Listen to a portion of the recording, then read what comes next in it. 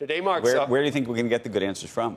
You got to look into your heart and your soul for those. Okay. Today marks 1 year since Kelly Ortberg took over the CEO job at Boeing. Phil LeBeau joins us now on where the company stands in its turnaround effort. B+ minimum, maybe even an A, I would think. Not even grading on the curve, Phil.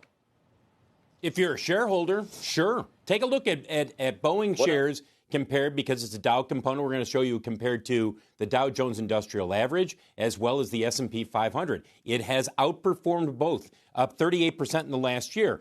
And there's no doubt that Kelly Ortberg has had progress in some key areas. One of them is not a sexy area. We're talking about a focus on quality and safety.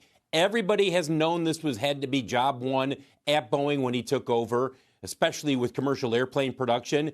And as far as we can tell, based on the metrics and based on talking with airlines who have received aircraft, he and his team are succeeding, doing the basics, blocking and tackling, doing it better. He's also cut losses at the company. They've lowered their cash burn, probably going to be cash flow positive by the end of the year. At least that's Boeing's projection at this point. And most importantly, they have improved 737 MAX production. The first half of this year, the company delivered 280 aircraft. Compare that with last year and the year before.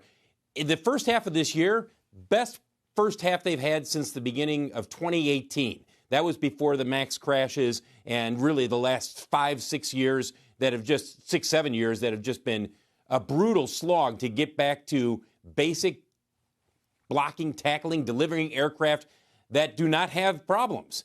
And so as you take a look at shares of Boeing going back to the beginning of 2019, I know a lot of people will sit there and say, well, the easy fruit was the low-hanging fruit early on. The thing was such a disaster that when Ortberg was brought in, of course it was going to move higher.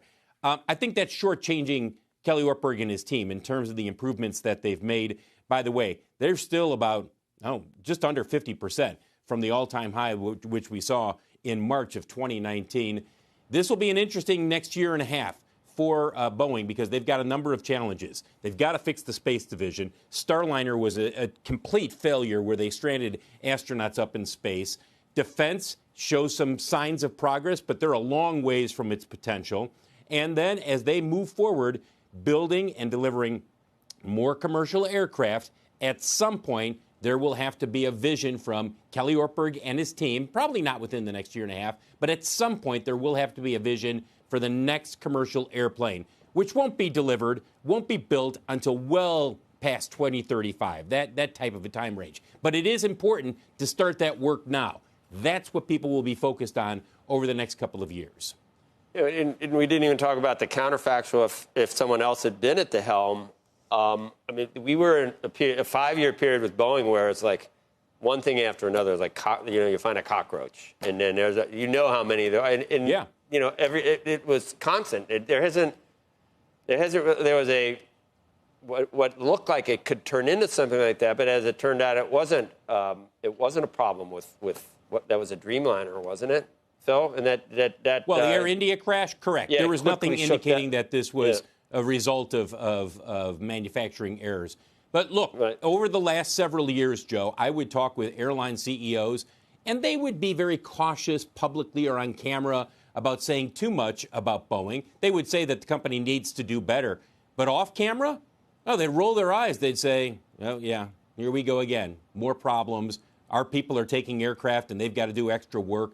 Those comments have diminished dramatically, and that gets to the core issue of quality and safety. Yes, it's not sexy, but in manufacturing, Kelly Ortberg knew early on, you've got to fix that. You don't fix that, it doesn't matter what you do, because ultimately it all comes back to the aircraft that you're building and delivering.